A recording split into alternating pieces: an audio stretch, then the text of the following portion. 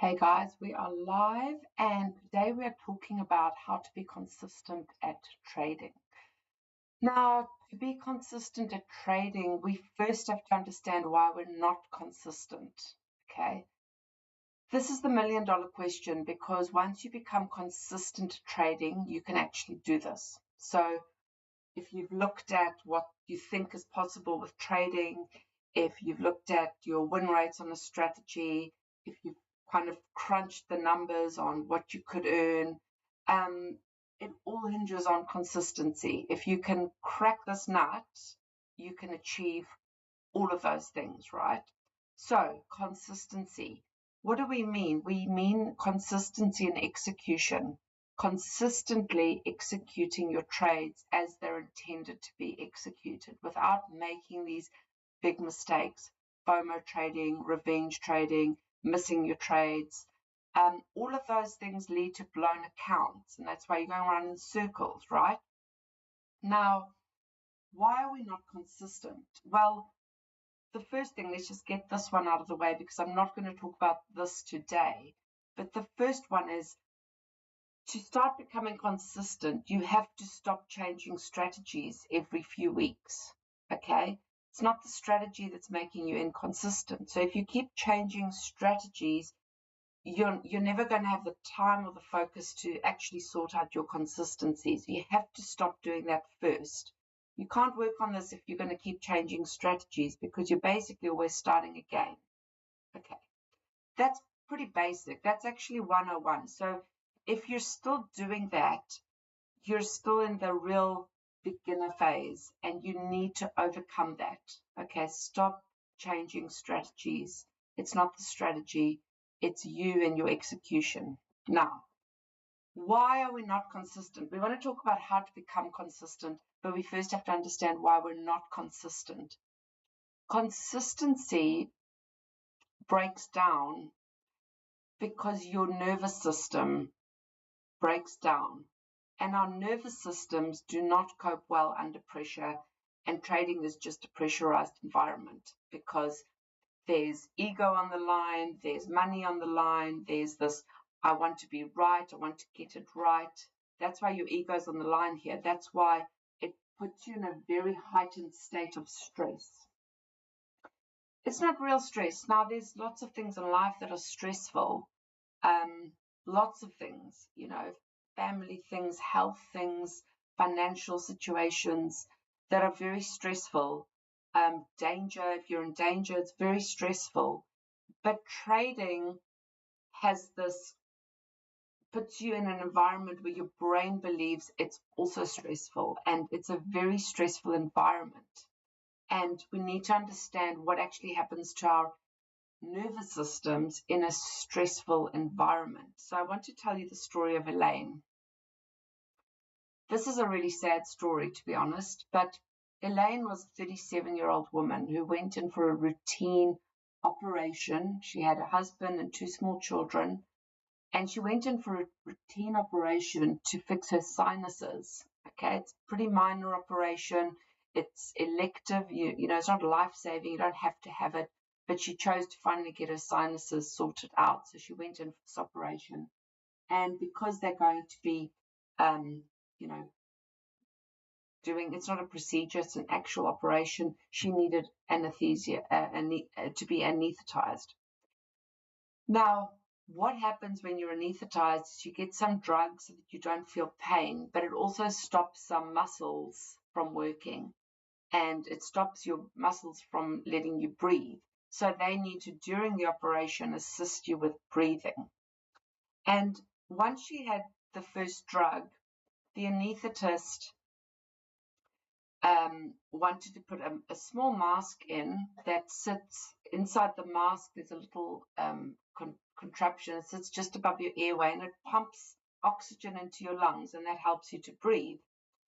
But when he tried to install this mask, her jaw muscles had actually tightened up because of these drugs they'd given her.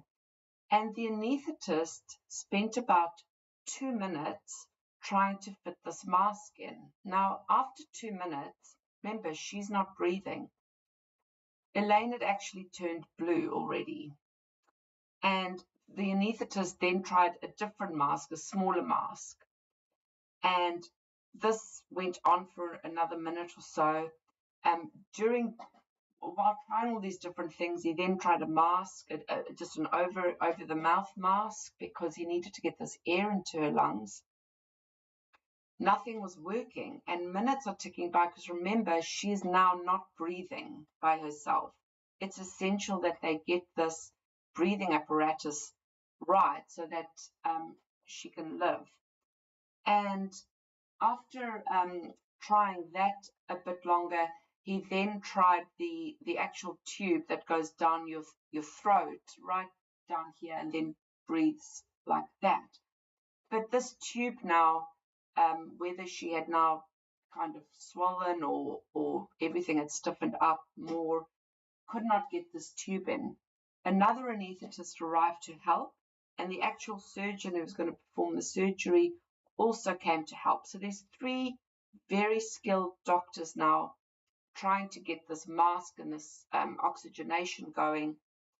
And the minutes are ticking by, and Elaine's physically turning blue. After 2 minutes, she's already blue, and it's becoming more and more critical. Now, there's a point in all of this where you can actually do a tracheotomy, I think it's called. We actually cut someone's throat here. You bypass the vocal cords and the things that are blocking the airway, and you go directly into the airway through here and just put a little tube in. The nurse tried to alert the doctors that, all the vitals were turning very bad. But of course, a nurse is not a doctor. There's 3 very senior doctors, surgeons, 1 surgeon, 2 anaesthetists, and she tried to voice a little bit, but also assumed that they kind of handed over responsibility, because it is their responsibility, and assumed they knew all of these things. It's not her job to tell them things. So everybody was a little kind of just holding their breath. And eventually they got the oxygen levels up. Her oxygen levels had dropped to like 40 or 30%, like really, really low. And eventually they got it back up to 90%. By this time, 8 minutes had passed. Elaine was now essentially brain dead. You can't not have oxygen for that long. And as soon as the situation was technically back under control, all the doctors, all 3 of them, were absolutely shocked at where the time had gone. They actually couldn't believe it. They were like, how has it been 8 minutes? They could not understand it. And where they were interviewed for like checking what had actually happened, all of them just said, I don't know where the time went. It disappeared. Guys, this is a pressurized situation with a nervous system of 3 experienced medical people. The nervous system breaking down and going on autopilot, where they actually had tunnel vision. Their logic couldn't click. They could not understand that minutes were ticking past and this patient was dying from a sinus surgery. They could not understand it. This is the best example, I feel. There's many examples like this, but this is what is going on with you when you are under pressure. And believe it or not, trading puts your body under pressure. These guys are very skilled, very trained. They have someone's life in their hands. They would do anything to save someone's life, and someone's life, or not kill a patient. They essentially killed her. She died a few days later in ICU. Obviously, they would do anything that's what they're there for. They could not, in that period of time, get their logical brains to work. Now, as amateur traders, are you turning up to your charts and thinking that you can logically override your emotional state, your nervous system that has been hijacked? Okay? When you suddenly have a blown account, or suddenly you're just like, I don't even know what happened, I went on tilt. This is what's happening to you. Your logical brain that wants to understand your strategy and trade the rules has no chance once you're hijacked like that. That is what you're up against. That is the force you're up against. That is why you're not consistent. Okay, so I hope that you're understanding now what's actually at play, and I hope that it's also resonating with you that changing a strategy is not going to fix this for you. You have to be able to regulate your nervous system so that it doesn't go and hijack you. Now, once you're hijacked, it's very hard to break this, and that is why we often end up with blown accounts. Okay, it's just biologically. The only way, once you are already hijacked, the only way you can stop this is to somehow trigger an awareness and literally shut your computer down, walk away, because you have to go and calm this nervous system somewhere else. You are very unlikely to get control of it immediately. Okay, now doing that, obviously, it's very, very hard, and you're going to have to work at that. I don't know, put an alarm bell so that you can keep checking in, going, am I behaving erratically and weirdly? You need something to cut that hijacked process in half, to pause it so that you can wake up and go, what am I doing? Okay, the best way, but what I want to tell you is that once it's happened, because we've all been there, it's very difficult to stop it once it's already in progress. Very difficult. You need to keep trying. Very difficult. The better way is to stop this process from starting. How do we do that? That's what I want to talk to you about today, consistency. How do we actually become consistent? Now, this is what I help traders with. This is what I work with clients to do, is to help them to become consistent. And the best way is to not get hijacked in the first place. Again, nothing's going to fix this overnight. This is about you committing to doing this and starting to just commit to wanting to be a consistent trader. It's the first step. So if you are still changing strategies, you're not committed yet, and you're going to have to get out of that cycle first, unfortunately. Once you just decide to commit, how do we actually stop this hijacking from starting in the first place? Well, what you want is consistency, and what your emotional state, your nervous system wants, is also consistency. It wants to feel safe. So the hijack process is where your nervous system is just, you are not safe. It does not feel safe. It does not believe you are safe. And that's why it goes on this hijack. So we want to stop that from happening. So we want to feel safe and consistent from the start. The best way, and there's a lot of things you can work on, but the best way to start doing this, and you can do this for yourself, is to put a very consistent process in, so that before you even begin trading, your nervous system is like, I recognize this. This is safe. That's all we're trying to do. It's actually really simple. The hard part about all of this is that it's actually really simple. The answer is very simple, but doing it is hard. So how do we do this? I want to tell you another story.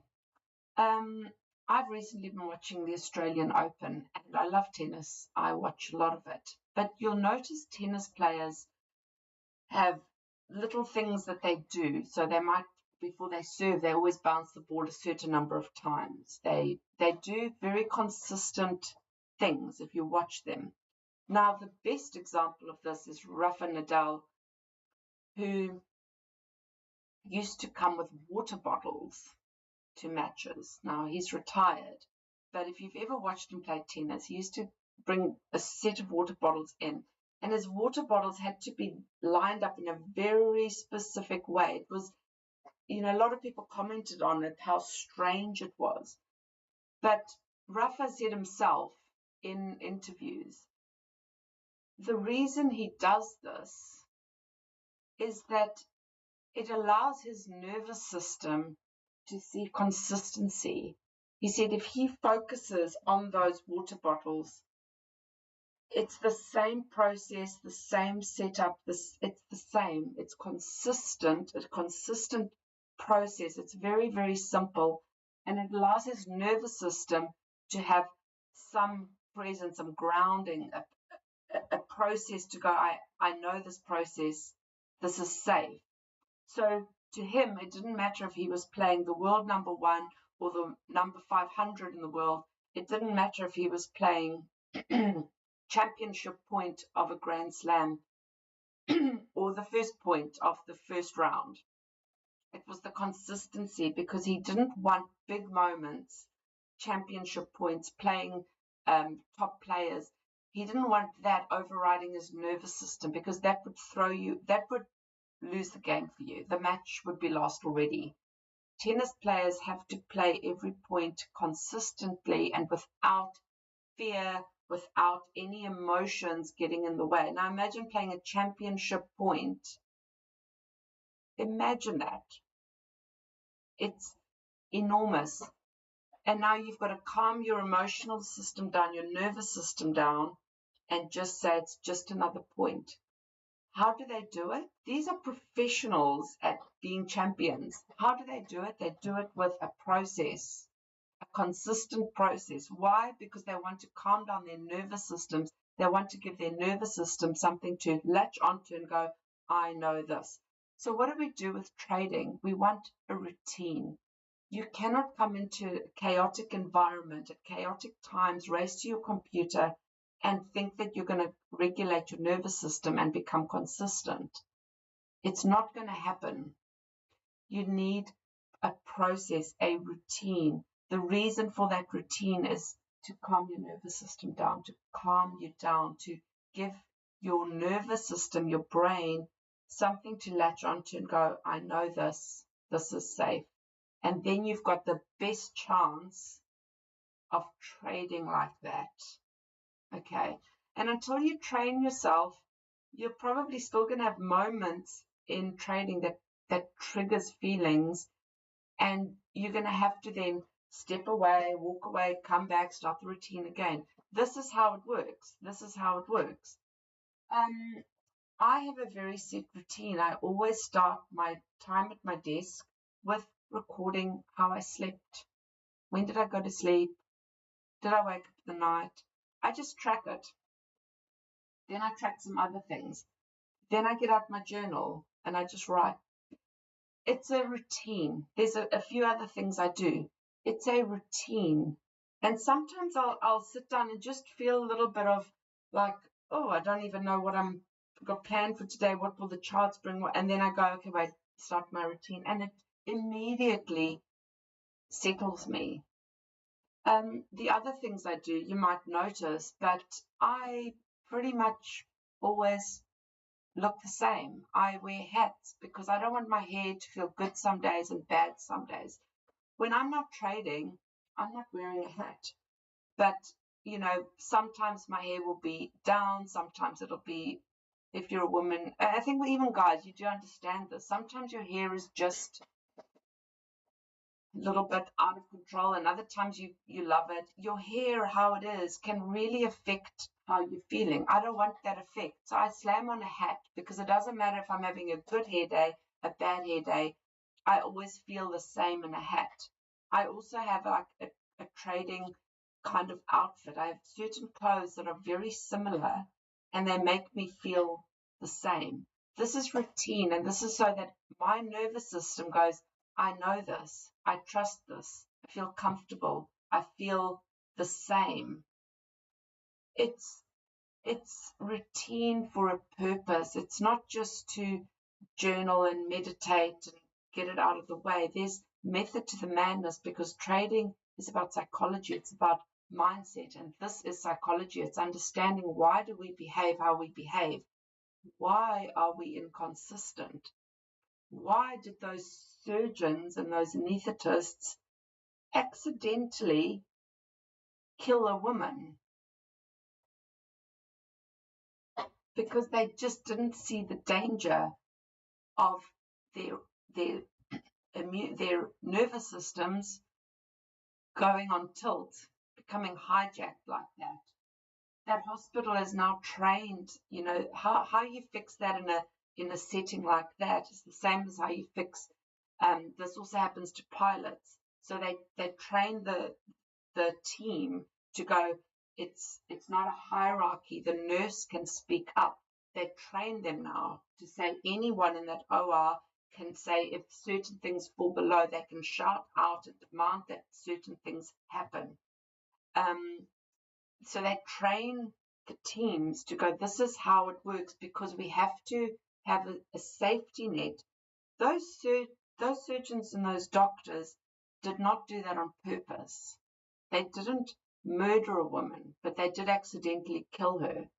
And the hospital, luckily, I think the husband had to, campaign a lot for this, but the hospital took it seriously, and they understood the vulnerability, the risk of people and how we behave, and they put safety nets in place. As a trader, you've only got yourself. Your only accountability is to yourself. So you have to put these processes in place yourself, and only you are accountable to you. It's very difficult. Very difficult. Okay, so I'm going to leave you with that today, because this is the task. This is what it's going to take to become a trader. It's not easy, but once you do the hard work, and it's probably going to be hard for about 3 months, you've really got to commit and recommit, probably every day for about 3 months. Once you have this, you're not going to change. It's going to become easy. It's going to become routine. It's going to be something you won't want to change. Okay, so are you willing to put in the hard graft, the hard work for a certain amount of time to get the benefits, to get what you want? We've already talked about what can trading give you, what could happen if you could just follow your rules. Now you know why you're not following your rules, and now you know how to fix it. Whether you do anything about it, that's up to you. So I'm delighted to have had this chat today. I love talking all things mindset and psychology and behavior. I think trading's such a fantastic career, and when you start understanding yourself better, it's not just for trading, it's for everything else, and that's why I'm so passionate about it. So I hope you subscribe to our channel here. Also follow my private YouTube channel, Method Trading. There's a link below. I teach all things only trading psychology and mindset. And if you need help, leave a comment. If you've got a question, leave a comment. I'll come and answer it. And most of all, I hope you have a great trading week and start putting some of these things in progress. So I'll see you again next week. I'm here every Wednesday, 8 p.m. London time, for the Traders Journal.